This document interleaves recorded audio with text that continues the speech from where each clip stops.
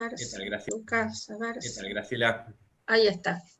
Ahí estamos. Bueno, te damos la bienvenida a este simposio conjunto entre ASAI y Agranda, y te agradecemos mucho por haber aceptado la invitación. No, yo te agradezco a vos por haberme invitado. Por favor. Bueno, si me permitís, yo te presento escuetamente. Graciela Boente es profesora titular del Departamento de Matemática de la Facultad de Ciencias Exactas y Naturales de la Universidad de Buenos Aires. Además es investigadora superior del CONICET y recientemente fue incorporada como académica titular de la Academia Nacional de Ciencias Exactas, Físicas y Naturales. Yo fui alumno de Graciela, no de doctorado, pero hice un montón de materias, así que Graciela, si necesita corregirme la presentación, por favor. No, por favor. Y además, la verdad que para mí es un honor porque, por lo menos yo puedo hablar por mi camada de estadísticos, la verdad es que Graciela nos ha acompañado a todos en nuestro paso por el doctorado, y cuando la necesitamos siempre estuvo y fue muy generosa con todos. Así que para mí en particular es un honor tenerte acá. Bueno, Graciela, si querés agregar algo, adelante. No. ¿No? Agradezco enormemente la invitación, y veo que somos 4 acá, está bien, es un grupo reducido. Digamos, mi charla no está demasiado orientada a la informática, a pesar de que esto está, digamos, dentro de la JAIO, digamos, Agranda, está más bien dentro de la estadística matemática. Entonces voy a tratar de ver si puedo compartir esto. A ver, acá. Compartir. Ahí está, ahora lo agrando. Ahora lo agrando. Sí, se puede agrandar. Perfecto. Lo que quiero, a pedido de Lucas, que me dijo, mirá, ¿por qué no contás algo de lo que hiciste en datos funcionales? Es, digamos, hacer como un paseo, de alguna manera, de la robustez, desde el ámbito que es el de inicio de las técnicas robustas, en el cual los datos tenían dimensión finita, al caso en el que los datos tienen dimensión infinita. ¿Bien? Entonces, para aquellos que no lo saben, aunque me parece que los que están acá, digamos, todos lo saben, pero por si acaso, para los que no lo saben, la inferencia robusta se inició en la década del 70 del siglo pasado. Graciela, perdóname, pero ojo que no somos nosotros 4. Te está viendo un montón de gente por YouTube y están también conectados al KingConf, que es la plataforma del Congreso. Yo pensé somos un montón en realidad, ¿eh? Yo creí que, digamos, todos los que estaban se veían acá en esto, digamos. No, la verdad es que es mucha gente y muchos no tienen idea de lo que es la inferencia robusta. Perfecto, entonces, gracias por la aclaración, porque yo creí que los que se conectaban vía Zoom, digamos, que el YouTube era para los que querían ver después. Así que gracias por la aclaración. Entonces, la inferencia robusta en el marco de la estadística matemática se empezó a desarrollar en la década del 70, y yo pongo acá a 3 personas que tuvieron una importancia fundamental en el desarrollo de la estadística. El primero es John Tukey. John Tukey propuso, digamos, sus orígenes eran matemáticos, él era topólogo, después empezó a estudiar química, y cuando estudió química se dio cuenta que había muchas experiencias en las cuales, por los resultados mismos de la experiencia, por algún error del procedimiento o lo que fuera, había resultados que podían ser espurios. Y en ese marco le interesó dar algún tipo de técnicas para dar estimaciones más confiables cuando existe algún pequeño porcentaje de datos atípicos. Peter Hoover, digamos, después de muchas de las propuestas de John Tukey, hizo su tesis en California, y en el marco de su tesis, y después de su tesis, empezó a estudiar métodos robustos para tratar de formalizar un poco lo que, digamos, algunas de las técnicas que John Tukey había introducido. Entonces, el trabajo fundamental o inicial de Tukey, tuvo muchos trabajos esenciales, pero el primero, que es del año 1964, se refiere a estimadores de posición que son robustos y hace toda una teoría en ese marco. Después, bueno, en el año 73 desarrolla una teoría para, digamos, capacidades. Capacidades es un término que incluye a los test de hipótesis, y siguió haciendo muchos desarrollos. En particular tiene un libro sobre robustez que va por la segunda edición. Frank Hampel fue alumno de Peter Hoover y obtuvo desarrollos en el marco de la definición de lo que significa que un estimador sea robusto asociado al funcional que permite definir ese estimador a través de la distribución empírica. Entonces definió la robustez como una noción de continuidad, que para los matemáticos es bastante razonable, digamos, pocos cambios cuando hay, digamos, pequeños cambios en la distribución, aunque esos pequeños cambios están medidos a través de una métrica que permite tanto errores groseros como un pequeño porcentaje de observaciones que sean cualquier cosa. También definió una medida que se llama la función de influencia, que permite cuantificar en entornos pequeños de la distribución subyacente cuánto varía ese estimador. Entonces eso tiene que ver naturalmente, al hablar de variación, con una noción de derivada, que en definitiva es la noción de derivada respecto de Gateau de un funcional, la derivada de Gateau de un funcional. Volviendo a John Tukey, creo que todos los que alguna vez han trabajado con datos conocen el boxplot, que es una de las herramientas que él introdujo para dar un método gráfico simple para representar el centro de los datos, el centro de los datos, que es la mediana, una medida de dispersión, que es el ancho de la caja. El ancho de la caja está medida a través de los dos cuartiles, el inferior y el superior, y después da dos límites, que es lo que se llaman los bigotes, más allá de los cuales los datos que están fuera de esos límites se consideran datos atípicos.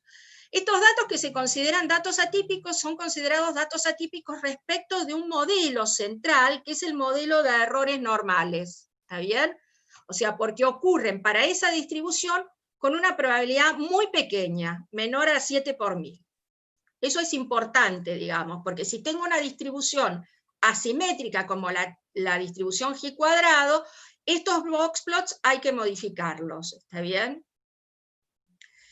También Peter Hoover y John Tukey introdujeron dos funciones de pérdida para reemplazar la pérdida cuadrática en el siguiente sentido. Los estimadores de mínimos cuadrados son la técnica que usualmente se usó durante muchos años para proveer estimadores de posición, estimadores en el modelo de regresión, y la idea es que esa pérdida, justamente como uno minimiza la suma de los residuos al cuadrado, si uno tiene un dato atípico, ese dato atípico va a tener un residuo grande, y ese residuo grande va a distorsionar los estimadores, como vamos a ver ahora en dos ejemplos. Entonces, lo que propuso Peter Hoover inicialmente es conservar la pérdida cuadrática en el centro, ¿está bien?, hasta C, y después, pegarla, con el módulo, ¿está bien?, en vez de, o la identidad, digamos, la identidad para los positivos y menos la identidad para los negativos, el módulo. De modo que sea derivable. ¿Por qué pensó en el módulo? Porque, bueno, la mediana minimiza una función de pérdida que es exactamente el módulo. Entonces trató de combinar la falta de robustez de la pérdida cuadrática con la robustez que da la mediana, digamos, que da el módulo a través de la mediana, pero tratando de mejorar la eficiencia. El problema que tienen estos estimadores si uno toma este tipo de pérdida, es que si uno tiene datos de alta palanca, como lo voy a ver ahora en el ejemplo, estos estimadores, digamos, se rompen, o sea, toleran un porcentaje muy bajo de datos atípicos, digamos, una fracción de orden 1 sobre n. Entonces, lo que sucede es que lo que uno tiene que introducir es funciones de pérdida que sean acotadas, con el consabido problema numérico, porque esta es una pérdida convexa, entonces numéricamente no tiene problemas de algorítmicos, y esta, al ser una pérdida acotada, no es convexa, y entonces, bueno, hay problemas al intentar obtener los mínimos y hacen falta algoritmos eficientes para su cálculo. Las derivadas de estas funciones son las que tengo dibujada acá. Obviamente acá me queda una constante, es acotada la derivada, eso es importante en términos de influencia, o sea, el estimador va a tener una influencia controlada si no tengo datos de alta palanca, mientras que la función de Tukey es una función que nosotros solemos llamar redescendiente, porque acá se comporta como la identidad y después baja hasta 0, justamente porque la pérdida es constante. Este es el ejemplo en regresión, que es uno de los ejemplos que me pareció, digamos, tengo dos ejemplos en regresión que son bastante ilustrativos. En este ejemplo, es un ejemplo en el cual se mide el logaritmo de la intensidad de una estrella, la intensidad de luz y la temperatura efectiva de la superficie. Se supone que la intensidad de la luz es una función lineal de la temperatura, y aquí está el gráfico de los resultados obtenidos. Si se fijan, digamos, acá hay una gran masa de datos y acá hay otro pequeño conjunto de datos, ¿está bien? Que acá uno los ve automáticamente a primera vista, y que lo que va a pasar con estos datos, que son los datos de alta palanca, es que van a empujar la pendiente del estimador de mínimos cuadrados hacia ellas. En rojo está el estimador de mínimos cuadrados. Entonces, la estimación de la recta de regresión, que tendría que pasar por la gran mayoría de estos datos, es la que da el estimador robusto, que es un MM, que fue introducido por Joai en el año 87, y permite además detectar, mirando el boxplot de los residuos, o sea, el valor estimado, que está acá, el valor predicho menos la verdad, la diferencia entre el valor observado y el valor predicho, permite detectar estos datos como atípicos. Estos datos correspondían a 4 estrellas que eran gigantes rojas, ¿está bien? O sea, tiene un sentido este fenómeno porque son estrellas con baja temperatura y mucha luminosidad. En este caso uno los puede ver, pero hay otros casos en los cuales no es tan obvio verlo porque las covariables están en dimensión más alta. Por eso, digamos, mostré este ejemplo en el cual uno puede ver para que uno entienda la importancia de proveer estimadores robustos. Este otro caso, uno está midiendo el contenido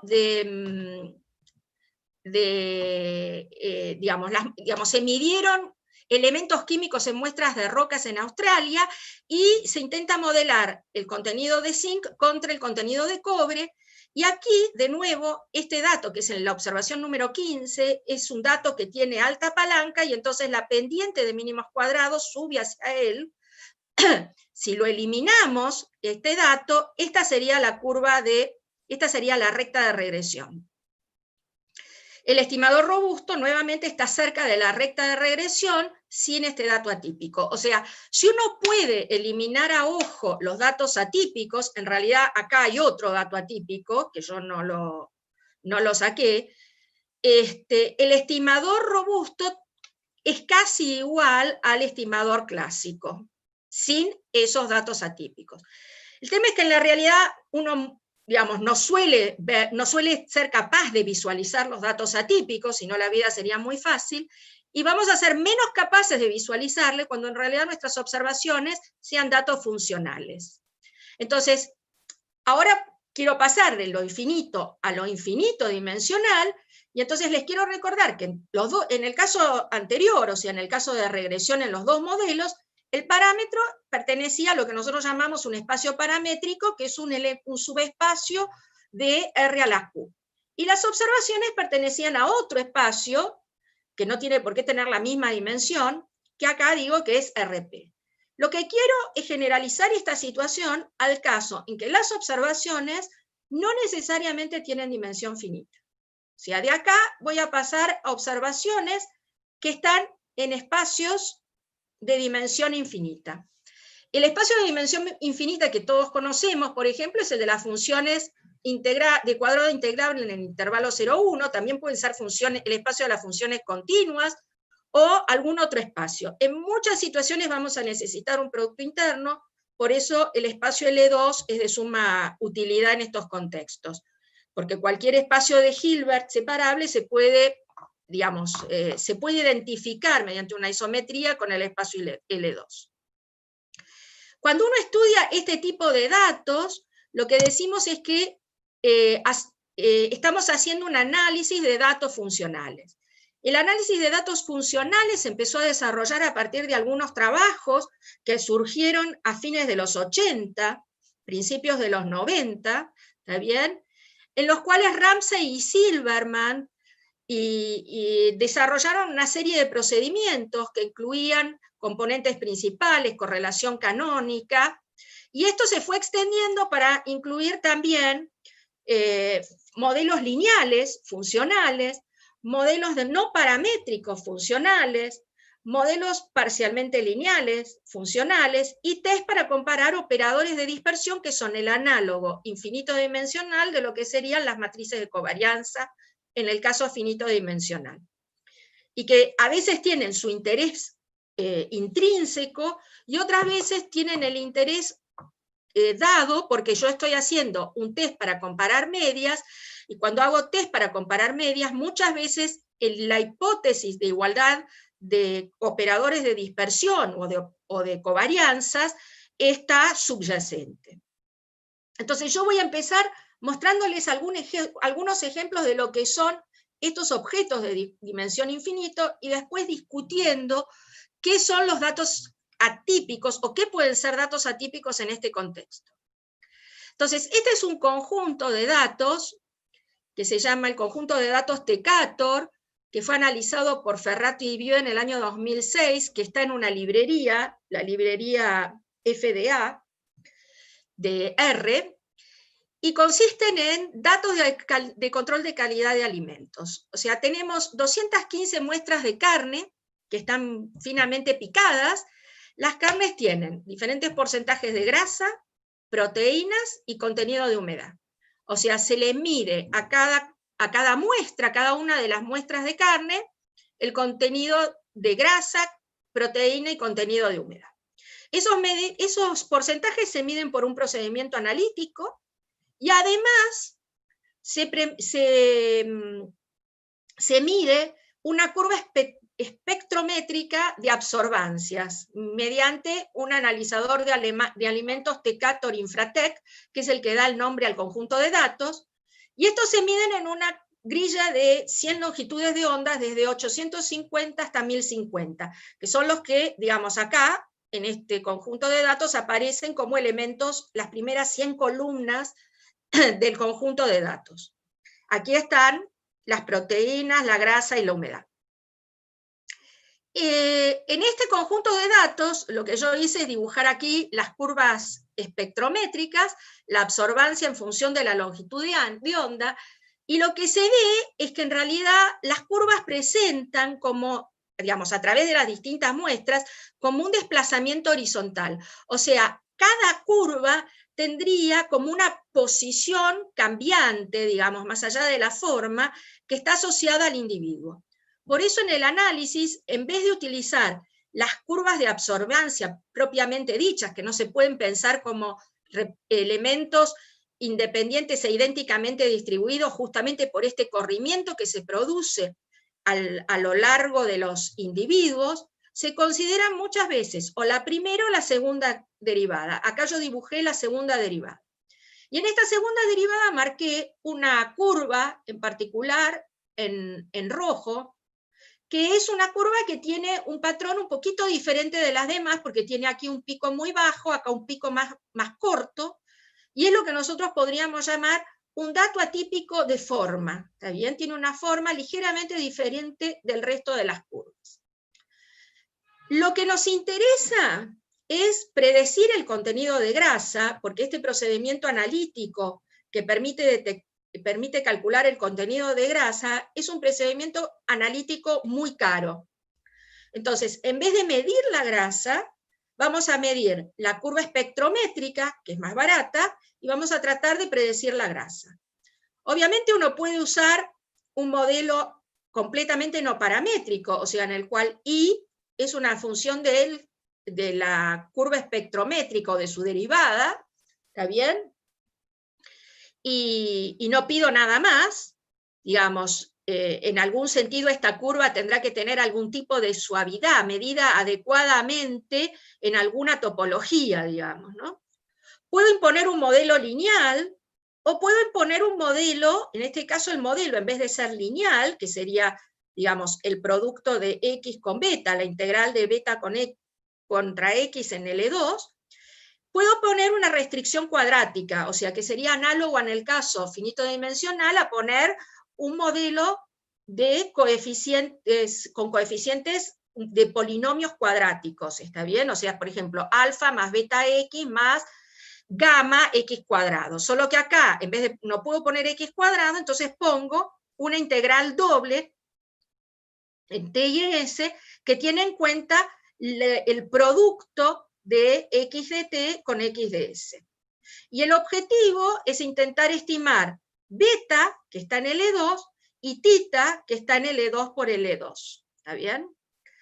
El problema es que este tipo de datos que tengo acá, que es el dato con mucha influencia, con un comportamiento diferente, actúa como un dato de alta palanca, y el estimador clásico que fue propuesto, digamos, el del modelo cuadrático fue propuesto por Müller y Yao, y el del modelo lineal, digamos, hay varias propuestas hechas, entre otras una propuesta de Hall, de Peter Hall, se ven muy influidos por este tipo de datos de alta palanca, igual que en el ejemplito en el cual nosotros veíamos claramente cuál era el efecto de la palanca. Este es otro ejemplo. En este ejemplo, a una persona se le pone en el centro del labio inferior un sensor, ¿está bien?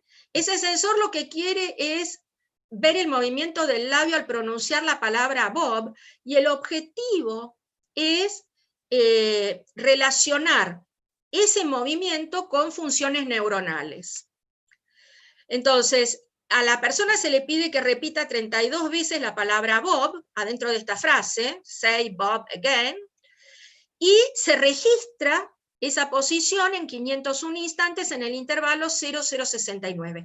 O sea, el hecho del registro, de que el registro sea discreto, no es porque el fenómeno es discreto, sino porque los aparatos no lo pueden registrar a tiempo continuo, digamos, sino que van registrando en intervalos muy pequeños, pero a tiempos discretos.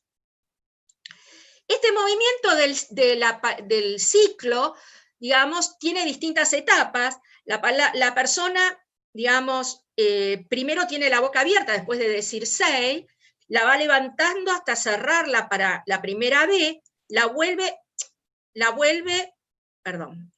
a bajar para decir la O, mientras dice la O se queda un ratito el labio quieto, vuelve a subirlo hasta la B y vuelve a bajar. Lo que vemos en este conjunto de datos, que acá quizás no se ve tanto, y en la siguiente se va a ver un poco más, es que acá hay unas curvas, 3 curvas, en las cuales, quizás por cansancio, la persona que decía la palabra Bob se quedó más rato en la O. Acá se ve claramente, ¿está bien? Son las observaciones 24, 25 y 27. En estas 3 repeticiones, la persona se queda más tiempo de lo esperado en la O, con lo cual hay una traslación en el tiempo del segundo pico. Entonces, en este conjunto de datos hay varios objetivos. Por un lado, dar una reducción de la dimensión, o sea, tratar de reducir este objeto infinito dimensional a algo que tenga dimensión menor. En ese sentido, las componentes principales son útiles. Y relacionar el movimiento del labio con su aceleración. La aceleración es la derivada segunda del movimiento y es lo que tengo graficado acá. Acá tengo el movimiento, acá tengo la aceleración, y en la aceleración estas tres curvas aparecen claramente produciendo este corrimiento, que lo ven acá. ¿Está bien? Pero también aparece otra curva, que es esta. ¿Está bien? Que es la que tiene este comportamiento un poco distinto, que es la 17. Entonces, es importante detectar esas curvas, ¿está bien? Y dar procedimientos de inferencia, ya sea de reducción de dimensión o de predicción, que no se vean influenciados por estos patrones diferentes. Este es un ejemplo de datos funcionales bidimensionales. Obviamente una imagen también podría ser considerada un dato funcional, y en este ejemplo lo que se tienen es personas escribiendo en una Wacom, en una tableta Wacom, distintas letras, escriben 20 letras del abecedario, y lo que se registra son la posición del lápiz en la tableta y también la velocidad a la cual la persona escribe, tanto en el eje X como en el eje Y. Acá lo que grafiqué son las velocidades, no la posición, ¿está bien? Las curvas en gris corresponden a la letra E, las curvas en rojo corresponden a la letra I, ¿está bien? Y de nuevo, digamos, hay algunas curvas que se nota que son diferentes, son estas que están acá, ¿está bien? Y lo que queremos es tratar de relacionar la posición en el eje X con la posición en el eje Y, ¿está bien? Tratar de dar un coeficiente de correlación, de alguna manera, entre estas dos posiciones, que no se vea afectado por estos datos atípicos, ¿está bien? Entonces, estas son las letras que se escribieron, estas son las IES, estas son las CES, ¿está bien? Acá hay una letra I, que ahora vamos después a describir qué tipo de dato atípico es, y hay otros que acá no conseguimos visualizar, pero que claramente van a ver que son datos con un comportamiento diferente. Entonces, ¿qué son los datos funcionales? Después de los ejemplos, está claro que son objetos de dimensión infinita que pueden verse como realizaciones de un proceso, pueden ser imágenes satelitales, electroencefalogramas, espectrogramas de sonidos, curvas de absorbancia, y vamos a suponer que están en el E2 para tener un producto interno. Cuando no necesitemos producto interno, simplemente vamos a suponer que tenemos un espacio semimétrico. ¿Está bien? Pero en lo que voy a hablar hoy, voy a tener en mente esta estructura de espacio de Hilbert en la cual tengo un producto interno. Entonces, en realidad, nosotros, como dije, los aparatos no nos permiten registrar los datos en forma absolutamente continua, sino que se registran en una grilla de tiempos, ¿está bien? O sea que lo que observamos es el proceso discretizado, los individuos en tiempos discretizados. Si en los tres ejemplos que consideré antes, esos grillas de puntos son equiespaciadas, y en muchos casos las grillas de puntos son equiespaciadas.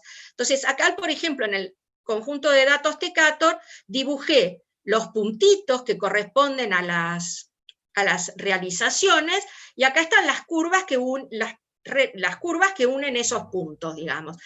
Para fines prácticos, las dos son indistinguibles, y lo importante es que, a diferencia de lo que pasa en otros conjuntos de datos, en los cuales tener grillas con muchos puntos puede ser malo y se entiende como una maldición de la dimensión, aquí eso no va a ocurrir.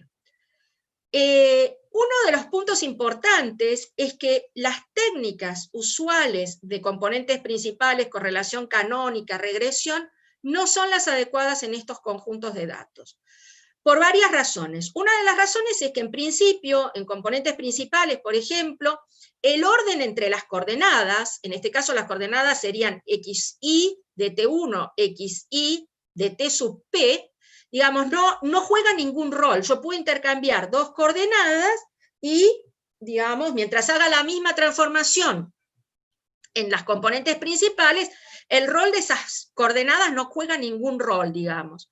Acá hay un rol, y ese rol viene dado porque, digamos, por este fenómeno de que en realidad las curvas tienen una determinada suavidad. Entonces, el conocimiento en un punto me da cierta información sobre lo que pasa en el punto cercano. ¿Está bien? Por otro lado, las técnicas de correlación canónica no son adecuadas porque hay un problema que tiene que ver con la no inversión de lo que sería el análogo de las matrices de covarianza. El operador de covarianza no es inversible. Entonces, se desarrollaron distintas técnicas que sacan provecho de que o bien X o el objeto de interés tiene cierta regularidad. Entonces, a diferencia de lo que pasa en, digamos, en lo que se suele llamar Big Data, en los cuales, digamos, nosotros cuando tenemos para un individuo muchas observaciones, eso es malo, muchos datos para un individuo, acá eso no pasa. Si el proceso subyacente es suave, cuanto mayor sea la grilla, mejor. Eso está discutido en un trabajo del año 2016, y tiene que ver con que la regularidad o la suavidad es más fácil de captar si tengo mayor cantidad de puntos en la grilla. Entonces, más que una maldición, es una bendición, ¿está bien? Por eso yo puse acá que la bendición se debe justamente a la hipótesis de suavidad, que de alguna manera esa hipótesis actúa como un parámetro de regularización, ¿está bien? En forma automática. Y en ese sentido, los fat datasets, o sea, los conjuntos con pocos individuos, pero muy anchos, con muchas variables para cada individuo, son buenos. Sin embargo, tenemos otras maldiciones en el caso de datos funcionales. Las maldiciones con las que tratamos son cuando uno trata de hacer regresión. Ustedes se acuerdan que en regresión el estimador de mínimos cuadrados, en el modelo de regresión clásico, se obtenía como la inversa de x', donde x era la matriz de diseño, por x traspuesta por y, donde y son las respuestas. En este caso, en el caso de regresión funcional, no vamos a poder calcular algo análogo a x'. No lo podemos calcular porque el análogo a x', que sería el operador de covarianza de las variables explicativas, es un operador compacto que es no inversible. Y por lo tanto no se puede invertir, digamos, su estimador no se puede invertir. Entonces aparecen distintas técnicas de regularización, ya sea bajando la dimensión o penalizando. Bajar la dimensión es regularizar o truncar utilizando determinadas bases, como pueden ser las bases de componentes principales, o bases fijas, como las bases de splines, y para las penalizaciones se suele utilizar la derivada segunda del parámetro de regresión. El problema con todos estos procedimientos es que los datos atípicos influyen mucho en las técnicas que se desarrollaron hasta recientemente, digamos, y que se siguen desarrollando en el ámbito clásico, y como tienen distintas estructuras, es muy difícil identificarlos a simple vista. No sé cuánto tiempo me queda, pero estoy yendo muy lento. Entonces, hay algunas técnicas gráficas análogas al boxplot, como este que es el boxplot funcional de Sunny-Genton, pero por ejemplo, en el caso del labio, solo me permite identificar una de las 3 curvas que tenían un retardo. ¿Está bien? En este boxplot, digamos, la parte magenta es análoga a la caja del boxplot. Esta curva central sería análoga a la mediana. Alguien me está diciendo algo. Sería análogo a la 10 minutos. Análoga a la mediana, y estas líneas que están acá en azul son los bigotes. ¿Está bien?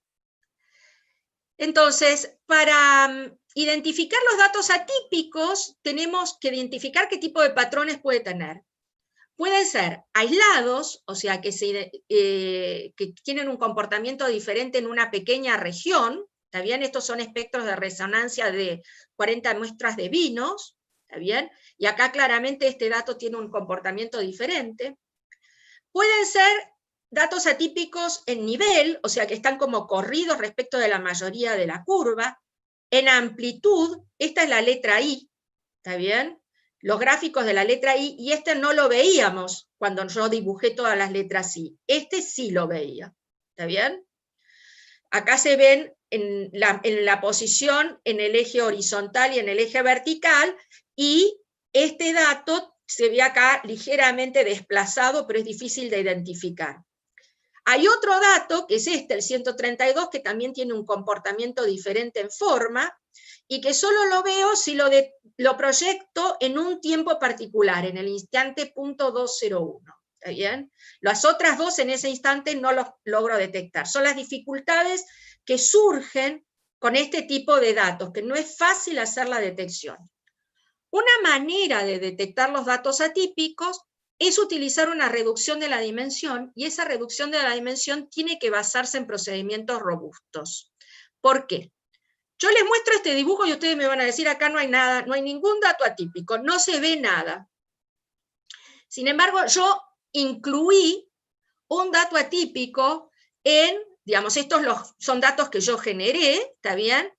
Utilizando un desarrollo finito para el proceso, y en la tercer componente del proceso, ¿está bien?, le puse estos datos atípicos que acá se ven en el boxplot, ¿está bien?, y que son los que están aquí, ¿está bien? Si lo queremos pensar, es como que son datos atípicos en determinadas frecuencias, y entonces son muy difíciles de visualizar, solo los voy a poder ver cuando yo haga una reducción de la dimensión mediante componentes principales y haga el boxplot de los scores. Entonces, pero las componentes principales las tengo que definir en forma robusta. Para hacer eso, lo que tengo es que definirlos a partir de ciertas propiedades que tienen las componentes principales, y definimos utilizando dos de las propiedades. Pensando que la primer componente es la dirección que maximiza la varianza sobre la esfera unidad, y reemplazamos la varianza por un estimador robusto de variabilidad, como puede ser la mediana de los desvíos absolutos respecto de la mediana, la MAD. Y la segunda propiedad es usar que el subespacio generado por las componentes principales minimiza la proyección, la distancia de I a su proyección ortogonal centrada, entre todos los subespacios de dimensión P prefijada, ¿está bien? Con lo cual, lo que hacemos es reemplazar este valor esperado y esta suma por un estimador adecuado de escala para las normas, ¿está bien?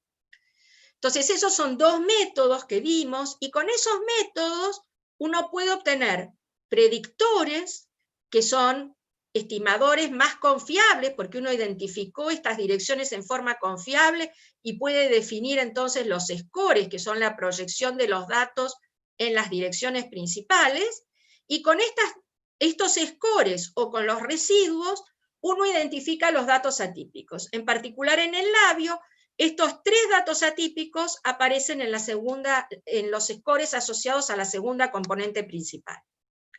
Si uno utiliza la norma de los residuos al cuadrado, identifica datos atípicos en este conjunto de datos que corresponde a la mortalidad en Francia, en realidad el logaritmo de la tasa de mortalidad de hombres en Francia. A la izquierda están todas las curvas de tasas de mortalidad para personas que tienen entre 0 y 99 años, desde 1816 hasta 2010, y a la derecha consideramos solamente los datos del 16 al 48, porque como ven hay un patrón de diferente estructura en la posguerra. Hicimos componentes principales robustas usando el procedimiento basado en la propiedad de mejor ajuste, y detectamos años como atípicos que no son detectados por el caso clásico. Los atípicos que detectamos son el 1855, 1871, esto es toda la Primera Guerra, y un poco más, ¿está bien? Acá se detectan nada más que el 14 y el 15, después 1940 y la Segunda Guerra y los años intermedios que están acá, que son los de la posguerra hasta el cambio de patrón en el comportamiento. En 1855 Francia participó en la guerra de Crimea y por eso vemos este dato como atípico en la tasa de mortalidad, porque los jóvenes, está bien, en la guerra de Crimea se produce una mayor tasa de mortalidad en los jóvenes que no son detectados por los datos en el procedimiento clásico. El segundo año es la guerra franco-prusiana, ¿está bien? 1871. También se produce mucha mortalidad en los jóvenes y el procedimiento clásico no los permite detectar porque las proyecciones casi que coinciden con la verdadera curva. La verdadera curva es esta gris oscura. Después está la Primera Guerra Mundial, ¿está bien? Del 14 al 18, y también del 18 al 19 es, bueno, la pandemia de la gripe española, digamos. Esos, digamos, no los detecta el procedimiento clásico y sí lo detecta el procedimiento robusto. La pandemia de gripe española mató a muchos jóvenes también.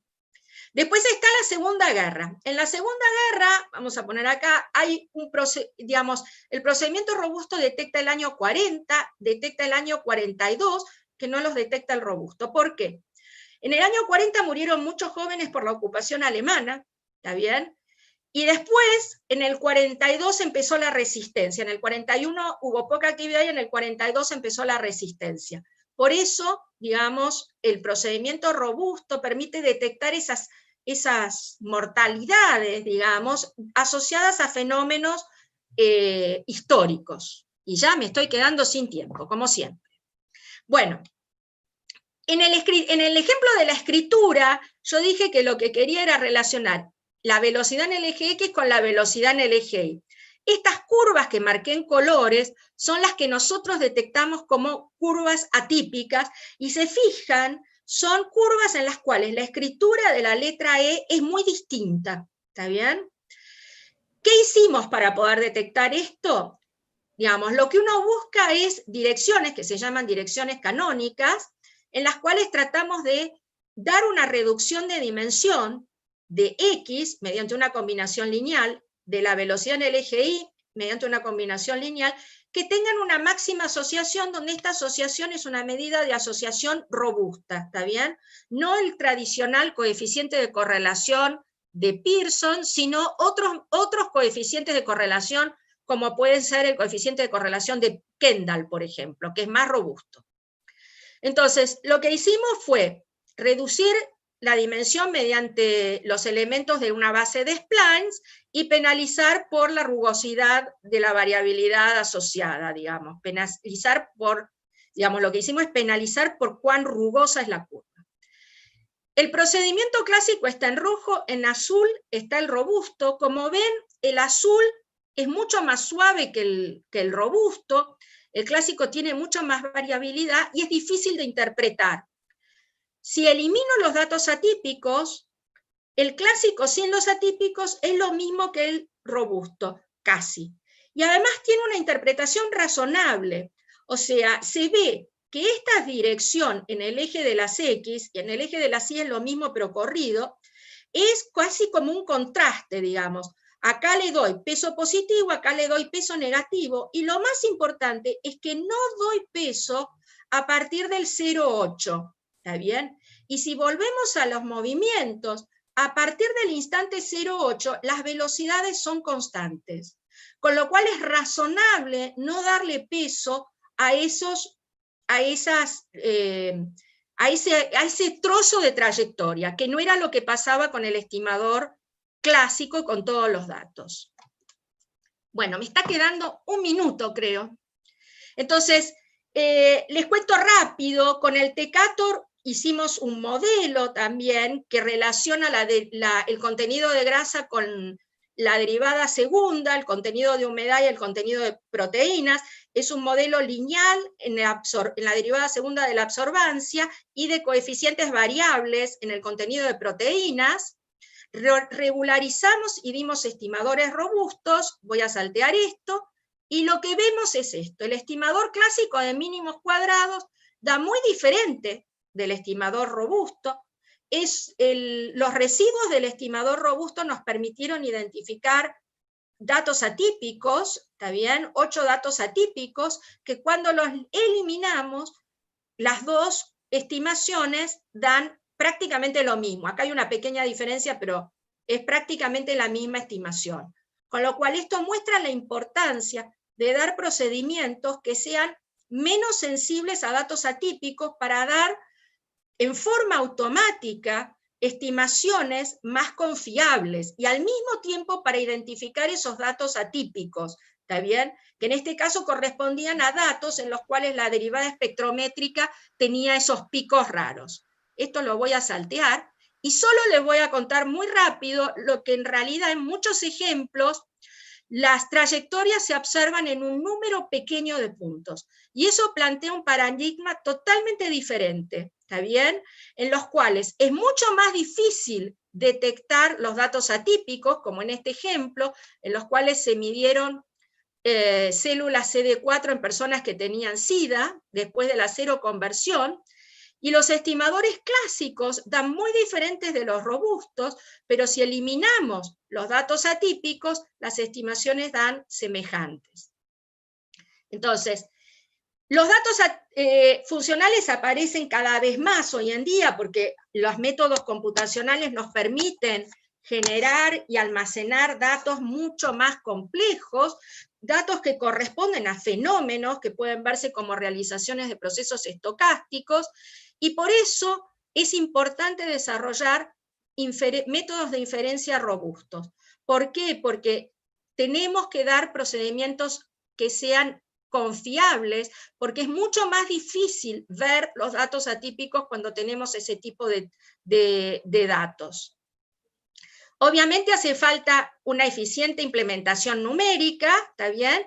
Y hace falta probar ciertos resultados. Yo no hablé de los resultados que nosotros obtenemos, porque bueno, no me da tiempo, ¿está bien? Y son un poco técnicos, pero hace falta demostrar, entre otras cosas, que uno está estimando lo que quiere estimar. Muchísimas gracias y disculpen que me pasé 2 minutos, ¿está bien? Gracias, Lucas.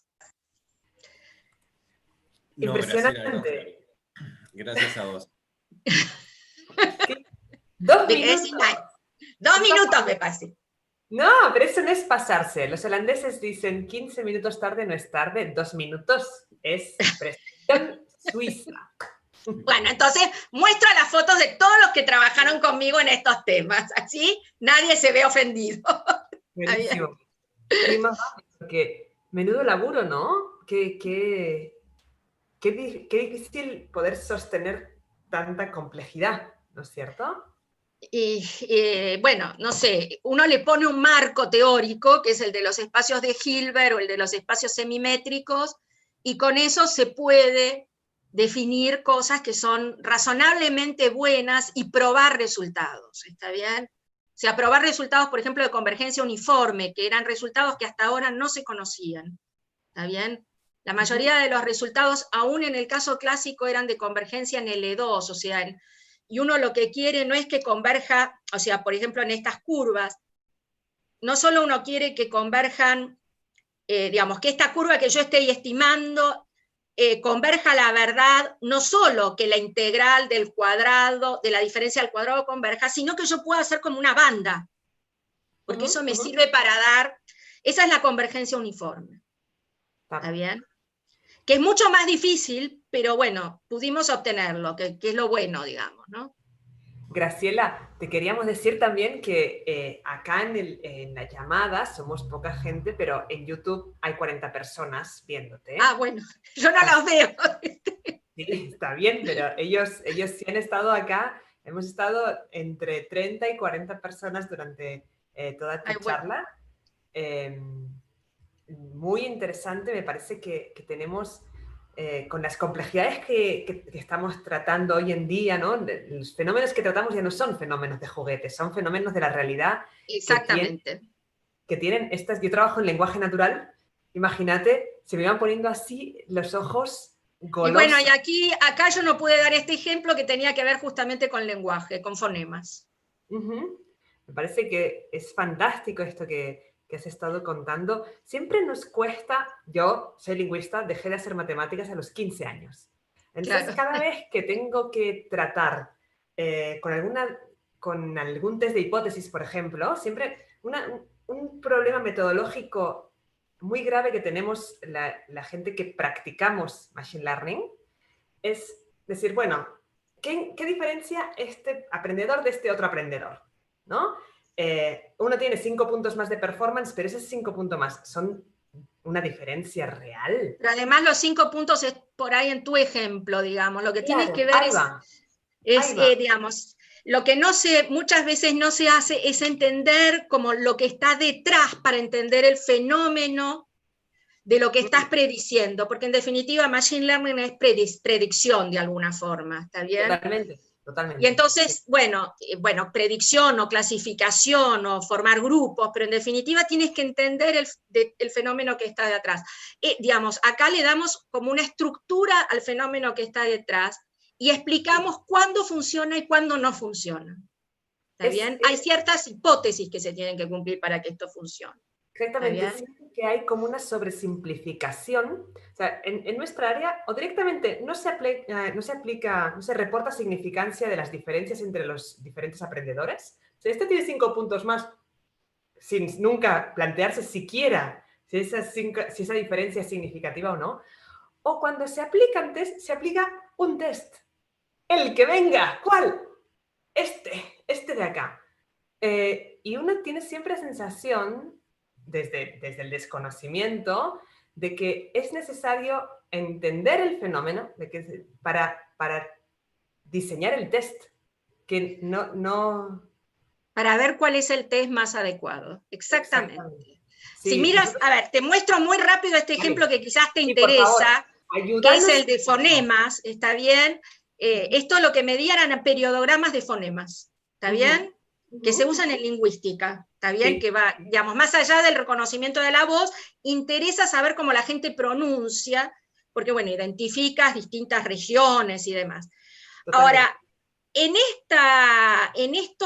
estos problemas, lo que interesa para diferenciar las características del lenguaje no es la posición, sino la variabilidad.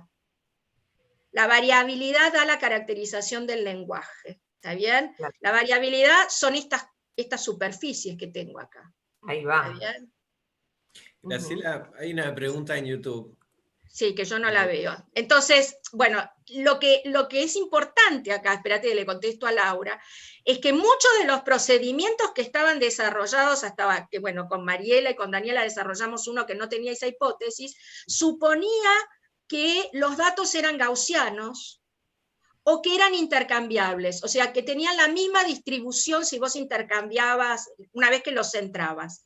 Era un test de permutaciones. Y este dibujito que está acá te muestra que eso no pasa. El sonido DSL que aparece en Dark claramente es asimétrico. Sí, se ve. ¿Está bien? Entonces, digamos, uno tiene que analizar estas cosas en la práctica para ver si efectivamente lo que estás haciendo es correcto o no es correcto.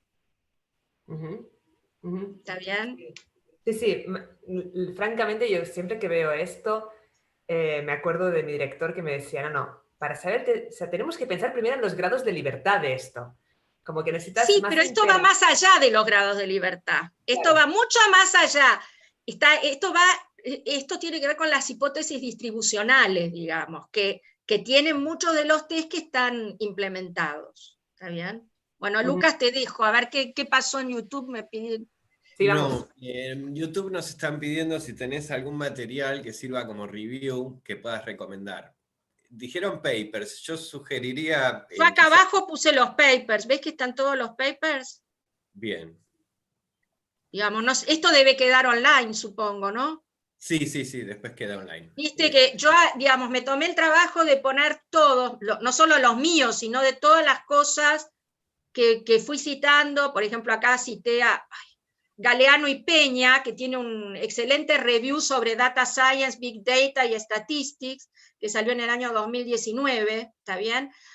Puse un review de Muller, que está acá, este de acá, que es del año 2016, que habla de datos funcionales en general, ¿está bien?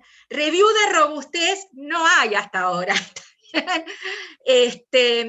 digamos, lo tendríamos que escribir, pero bueno, uno siempre tiene alguna otra cosa antes que hacer, entonces uno dice, ay, bueno, pero a mí se me ocurre esta idea, mejor le pongo pilas a esta idea más que ponerle al review, digamos, pero por ahí habría que hacer un poco de, digamos, tomarse el trabajo de escribir un review sobre todas las cosas que se han hecho en datos funcionales. Este trabajo de Huber discute las cosas de detección de datos atípicos, pero no habla de procedimientos de estimación, cuando pueden existir datos atípicos, ¿está bien?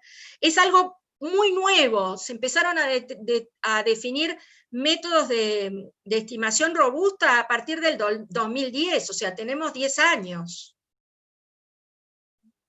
O sea, es poco, ¿está bien?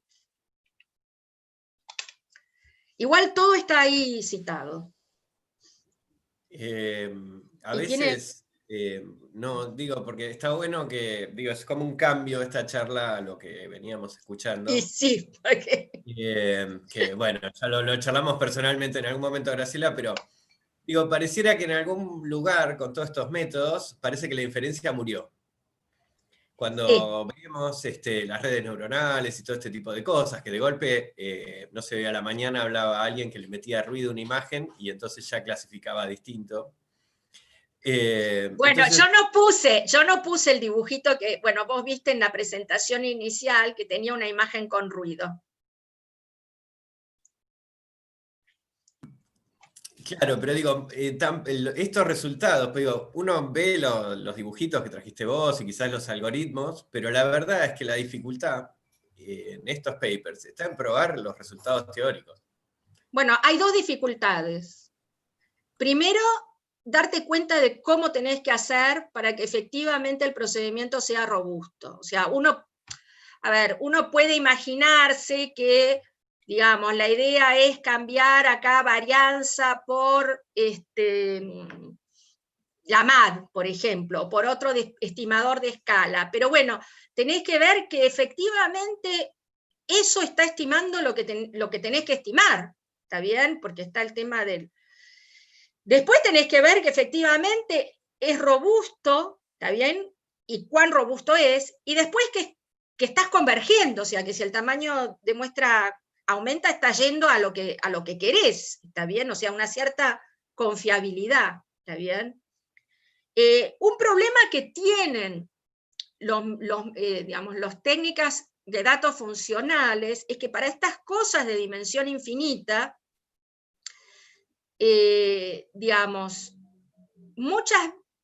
por ejemplo, para componentes principales hay algunos resultados que tienen que ver con distribución asintótica, ¿está bien? Pero para regresión, para el parámetro de regresión, no sé dónde tengo el parámetro de regresión, o para esto que son las direcciones canónicas, ni siquiera en el caso clásico hay todavía resultados de distribución asintótica, ¿está bien? Porque, digamos, se vuelve muy difícil técnicamente, no se pueden aplicar los métodos usuales, o sea, la parte, digamos, de inferencia está en pañales, por decirlo de alguna manera. O sea, se pueden probar resultados de convergencia, de consistencia, pero no podemos hacer bandas todavía, que es lo que nos interesaría. Sí se pueden hacer para las componentes principales. ¿Está bien? Y bueno, hay mucho trabajo matemático para hacer, o estadístico para hacer. ¿Está bien? Y bueno, está el problema de darte cuenta cómo tenés que hacer, o sea, si acá tenías que tomar, cuando reemplazás la esperanza, en vez de la esperanza o del promedio, ¿qué haces? ¿Tomás una mediana? No, con la mediana no te funciona, ¿qué tenés que hacer? O sea, darte cuenta de cuál es el procedimiento adecuado que tenés que utilizar, ¿está bien? Porque robustificar uno puede pensar que es reemplazar, no sé, varianza, digamos, media por mediana, pero no siempre funciona esa cosa simple de reemplazar media por mediana, ¿está bien? Entonces están las dos cosas, digamos, que se te ocurra el método y después las demostraciones. Es Y ya verdad. me pasé mucho tiempo con estos comentarios, ya me van a matar, la persona que viene detrás, que no sé si no es Laura, me va a matar. Bueno, no, todas estas cosas son muy fundamentales y me parece que es muy importante que avancemos sobre bases más sólidas. Estamos desde el lado de los practicantes, digamos, estamos en un ritmo muy vertiginoso y muchos de nosotros tenemos la sensación de que no están claros los fundamentos sobre los que estamos pisando. Así que me parece que este trabajo es muy importante y muy importante que digas falta esto, falta esto, falta esto. Esta es una forma mucho más adecuada de hacerla. A veces no hacemos las cosas bien porque no sabemos cuál sería la herramienta. A veces por falta de diálogo, es cierto, por falta de diálogo con las personas que tenemos en 2 pasillos más allá. Sí, Pero eso es cierto. esa falta de diálogo a veces viene también por las urgencias de nuestra forma de trabajar y a veces por falta de vocabulario, ¿no? Me parece que estos lugares de encuentro hacen mucho para consolidar un poco más de vocabulario en común. Sí, el lenguaje común. Digamos, vos que trabajas en lingüística, justamente, el lenguaje común. Exactamente, así que me parece que es muy importante y te lo agradecemos mucho. No, les agradezco a ustedes. Y bueno, espero que dentro de todo hayan entendido que es la idea. Traté de hacerlo con mucho dibujito como para motivar y que se entiendan la idea y las dificultades que están detrás. Graciela, antes de despedirte, el grupo de trabajo que tienen ustedes, si querés mencionarlo, el del instituto. Lo puse acá atrás, está acá, espérate, ¿dónde está? Los que estamos trabajando en datos funcionales, digamos, yo empecé a trabajar en datos funcionales inicialmente con Ricardo Freiman, pero no trabajé en robustez con él, ¿está bien? Después empecé a trabajar con Lucas, con Jane y David, ¿está bien? Seguí trabajando con Jane, Matías y David en datos funcionales, todo esto que tenía que ver con componentes principales. Con Agustín y Nadia trabajé en problemas que tenían que ver con correlación canónica. Con Daniela y Mariela trabajé en problemas que tenían que ver con test de hipótesis. Y con Alejandra y con Pablo trabajé en problemas que tenían que ver con modelos de regresión. ¿Está bien? Regresión lineal, regresión no paramétrica, modelos parcialmente lineales, digamos. Entonces, bueno, con esta gente trabajé en cosas que tenían que ver con datos funcionales, y además de ellos, bueno, yo trabajo regularmente con Ana Bianco, por ejemplo, en otros problemas que tienen que ver con otro tipo de objetos infinitodimensionales, digamos. Por ejemplo, las curvas ROC. Una curva ROC, cuando uno la estima, la curva es un objeto infinitodimensional, ¿está bien? Y con Alejandra Martínez, que trabajamos en cosas que tienen que ver con modelos aditivos, digamos, ¿no? Con modelos de regresión aditivos. Que ahora estamos con Matías tratando de generalizar eso al caso funcional. Pero bueno, tenemos, digamos, una red de alumnos, una red de trabajo, chiquita, porque acá las cosas son muy difíciles, los alumnos se nos van al ámbito privado, nosotros lloramos, una vez que terminaron su doctorado, se nos van, porque bueno, les pagan 5 veces más de lo que le puede pagar un cargo en la investigación. Y entonces, lamentablemente es la realidad que vivimos. Formamos gente, y está bien que se ubiquen en el ámbito probado para mejorar las estimaciones, pero es triste que no podamos seguir generando nuevas generaciones para que formen ellos nuevas generaciones de estadísticos, ¿no?